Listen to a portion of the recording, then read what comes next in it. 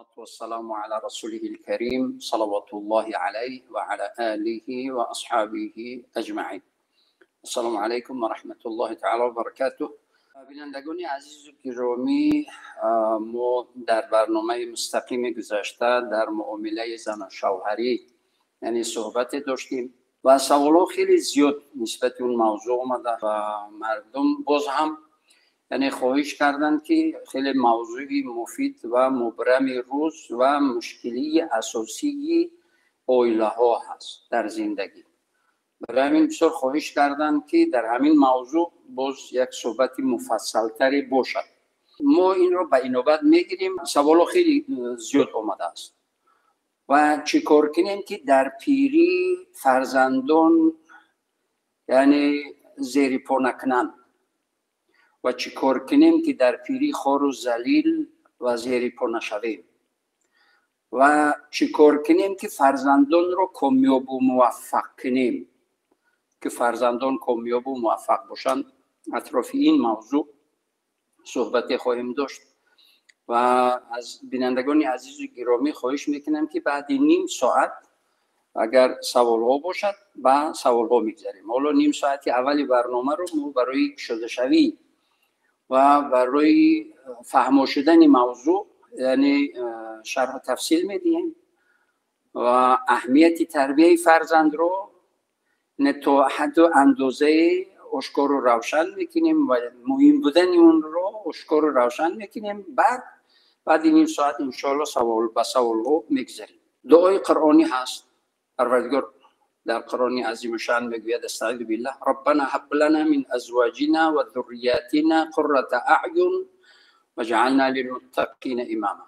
پروردگار به من فرزندانی تحفه هدیه عطا نما که قرة اعین یعنی روشنایی چشمم افتخارم در دنیا و آخرت باشند. در دنیا و آخرت سبب روشنایی چشم افتخارم باشند.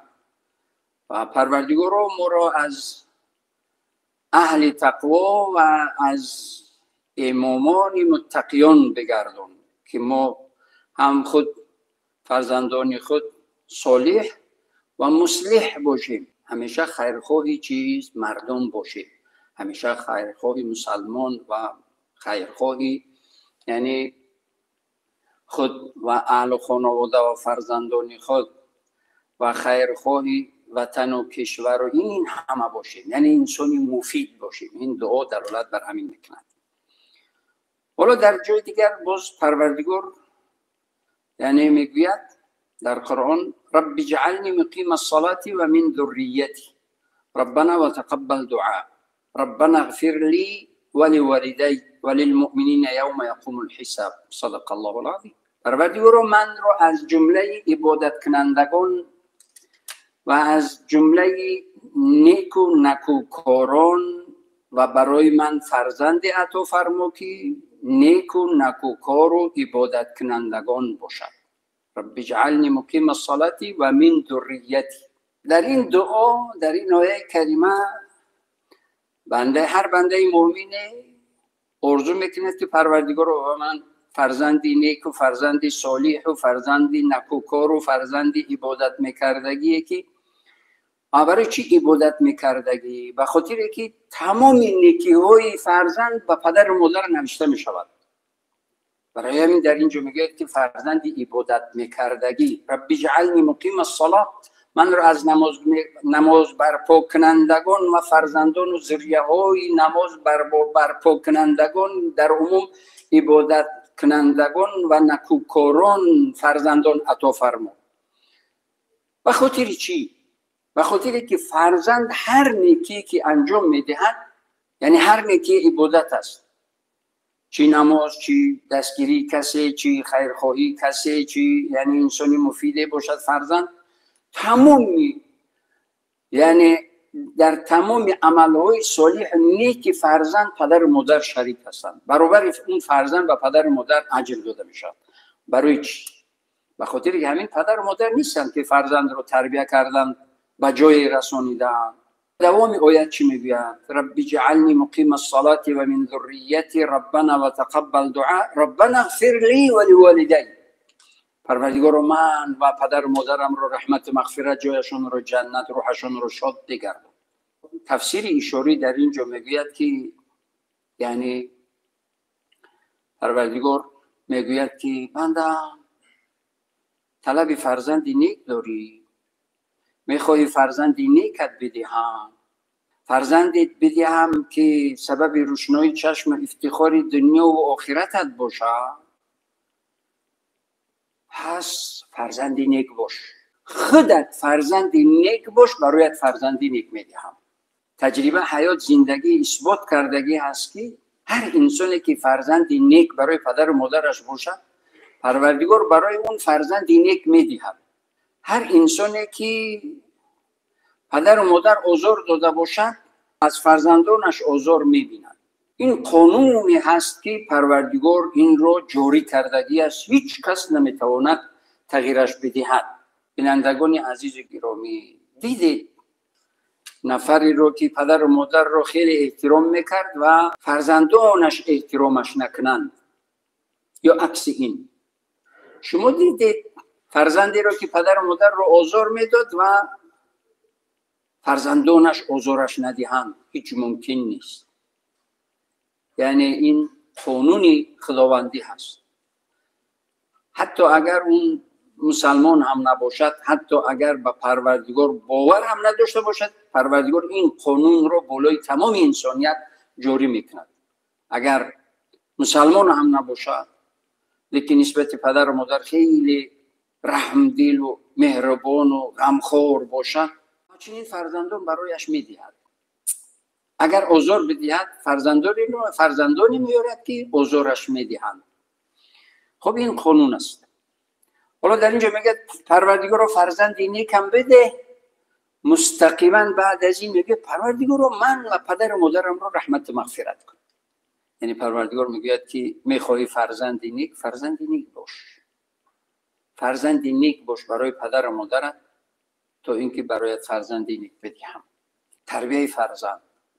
در اصل ما در موضوعی گذشته گفتیم که ازدواج در اسلام به خاطر شهوترانی نیست. هر انسانی که به خاطر شهوترانی ازدواج کردگی است، شوهر یا زن گرفتگی است، در زندگی ناکام است. در اسلام ازدواج به خاطر فرزندی نیک است.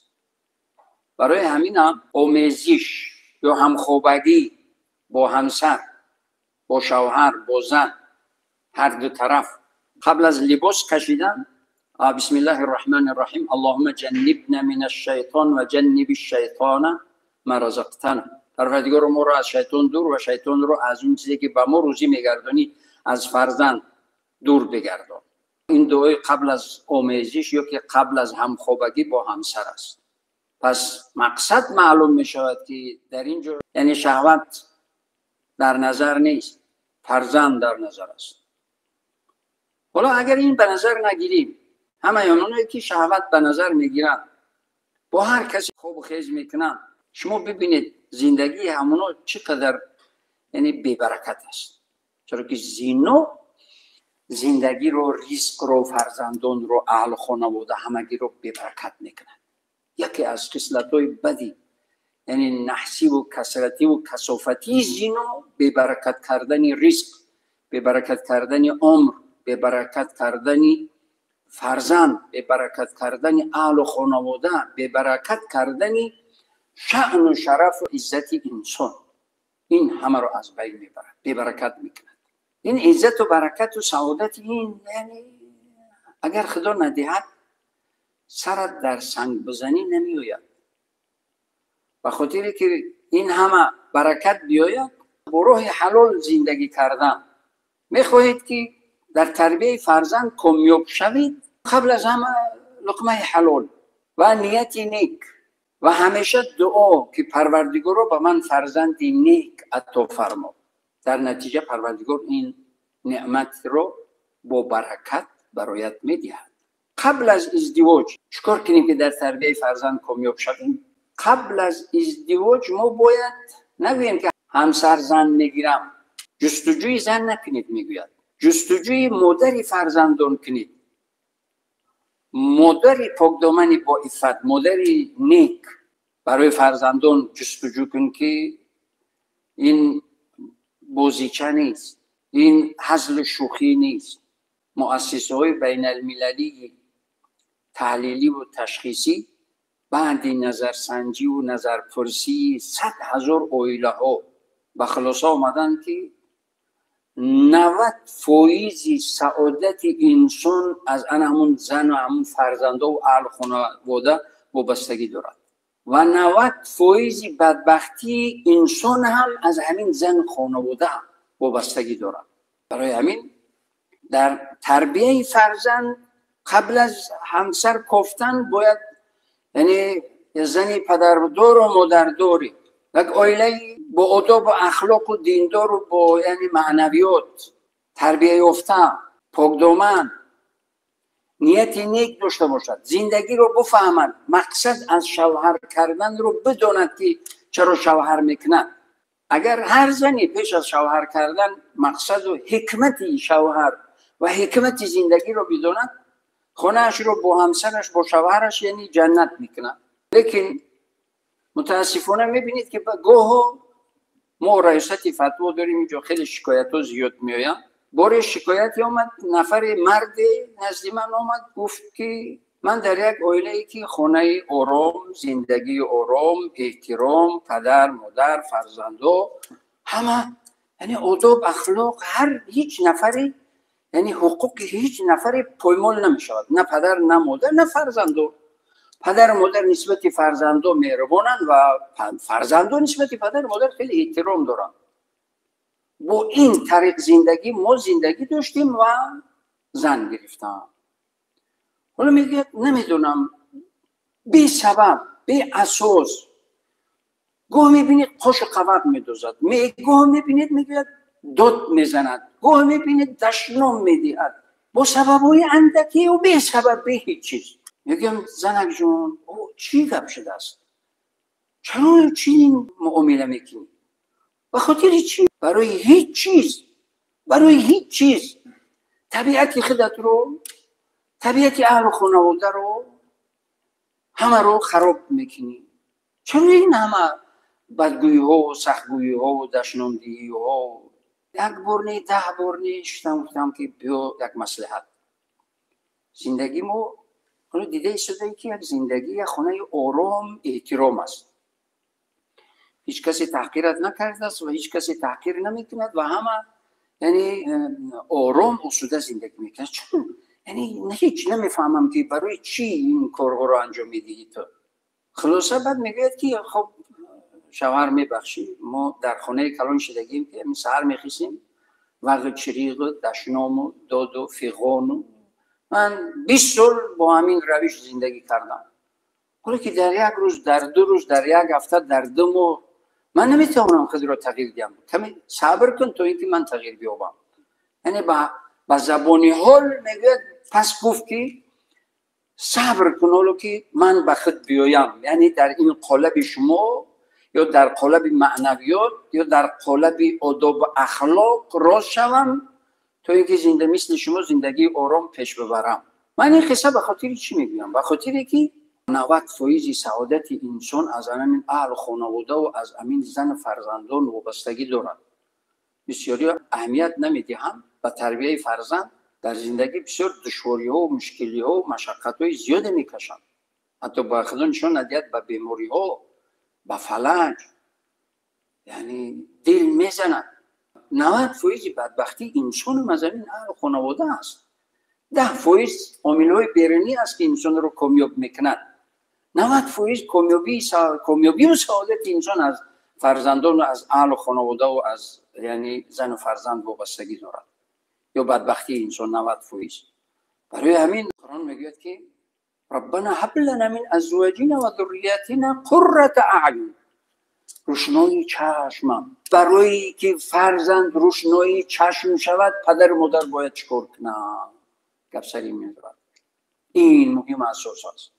وقتی که انسان قبل از ازدواج و بعد از ازدواج مقصد یگانه خود رو و وظیفه اساسی پدر و مادر هم تربیت فرزند است. وظیفه اساسی پدر و مادر این تربیت فرزند است.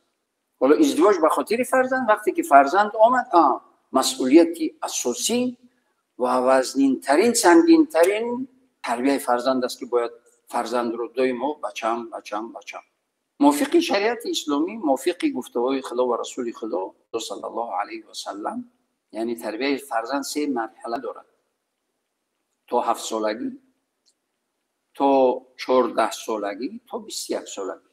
تا 7 سالگی وقتی که زبان کودک شده شد، بسم الله الحمدلله، ثواب و بال. لیکن در اینجا اکثرا مهر در آغوش گرفتن این کودک، در ذهن اون کودک جای کردن که مهربانترین خیرخواهترین انسان ها همین شما 2 نفر پدر و مادر هستید. مهربانترین خیرخواهترین انسان ها برای همون فرزند. برای همین میگوید که فرزند رو تا 5 سالگی باید مثل شاه، یعنی بالای چشم دیده، نوازیش، دوستداری، بازی. حتی ببینید پیامبر علیه السلام چی فرزندا چی نبیره هایشون رو بالای کتیفشون میگرفتن، میدویدن، بازی میکردن با کودکا. بوری در نماز بودن، نمازی جماعت بودن، کودک سخت میگیرست. نماز رو چنان تیز خواندن که همه در حیرت موند که چرا پیامبر اصلا چنین نماز نمیخوندن، چرا این با این سرعت نماز خواندن. بعدی نماز گفتن ای رسول خدا، ما هیچ ندیده بودیم که با این سرعت نماز میخوندید، چی شد؟ گونه شنیدید که کودک میگریست؟ کودک با مادر بود و میگریست. رحم برای اون کودک میگریستگی که گریه دارد، رحم به اون کودک نماز را با سرعت خوندن.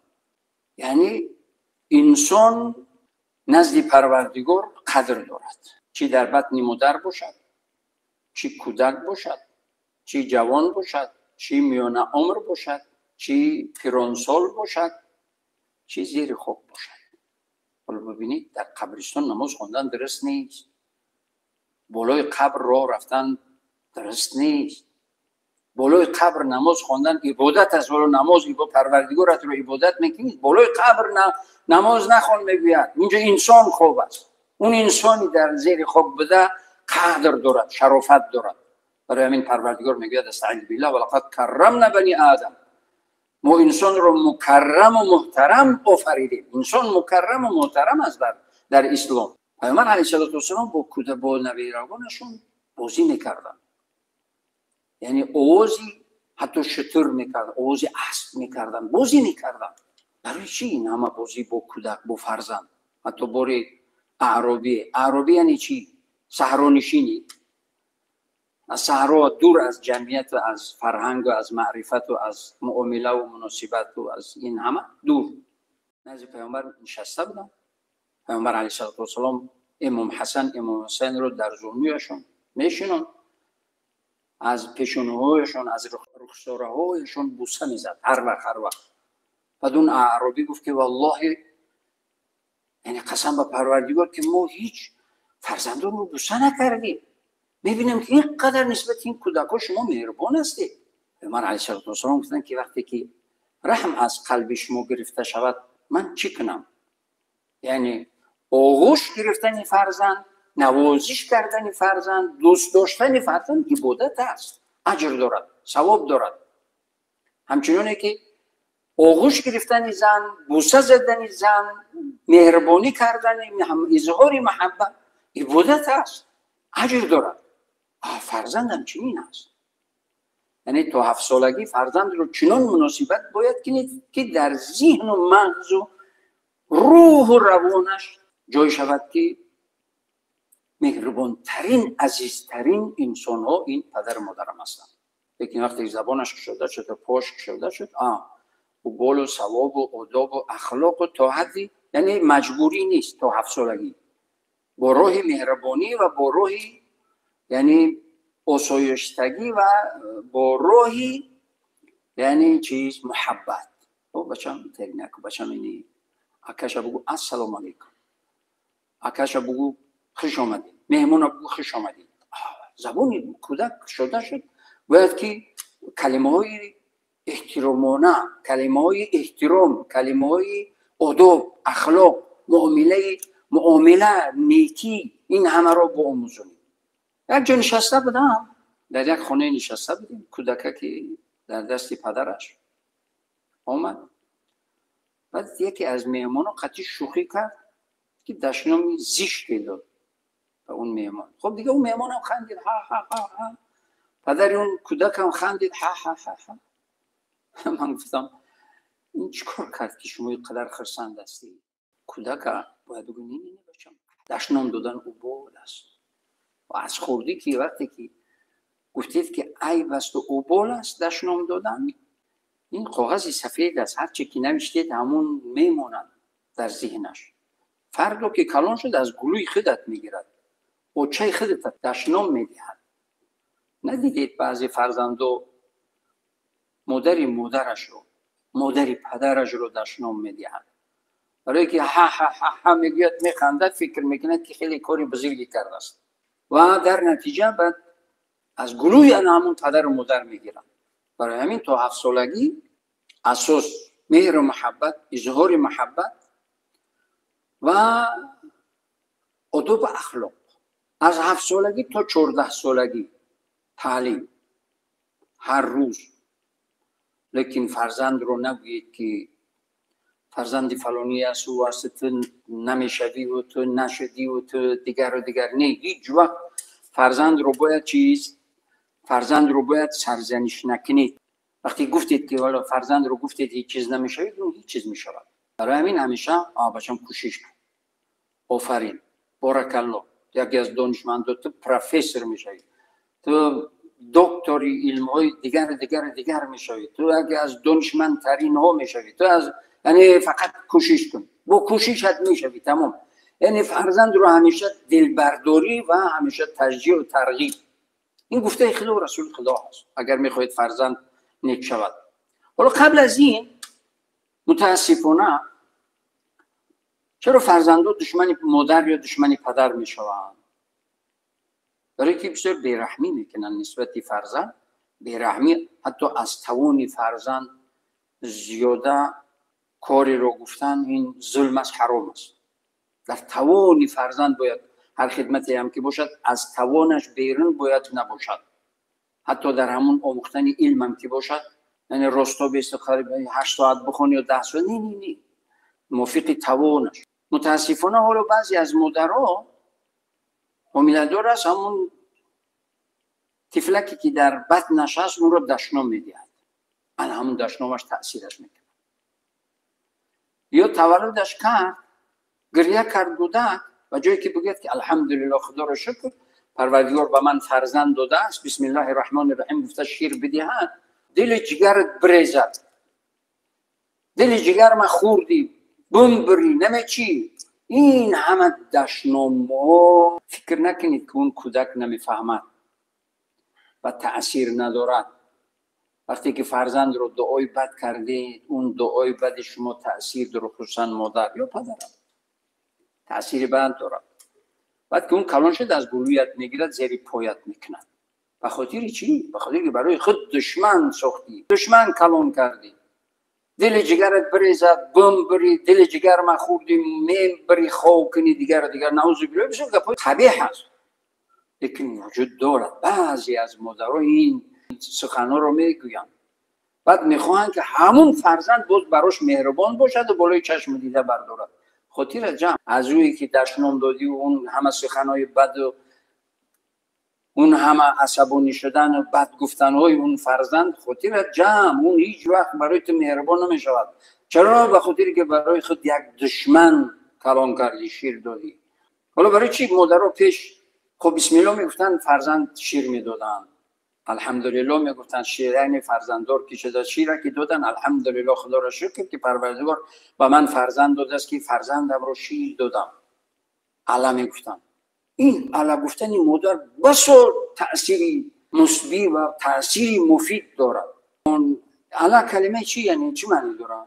در اصل این الا الله بود. الله یعنی فرزندم رو کلان کن، فرزندم رو دانشمند کن، فرزندم رو خیرتمند کن، فرزندم رو نیک کن، فرزندم رو کامیاب کن. زیر هر یک الله یک آرزوهای داشتن و با آواز نرم و گرم، با آواز نرم و فورم، با همون یعنی نغمه مادری، نغمه زنانه، یعنی نغمه و آهنگ مادرانه. با این همه نغمه و آهنگ مادرانه یعنی الله میگفتن، الله میگفتن، الله بعد یا الله بعد الله، بعد علیه بعد این کلمه تبدیل شد.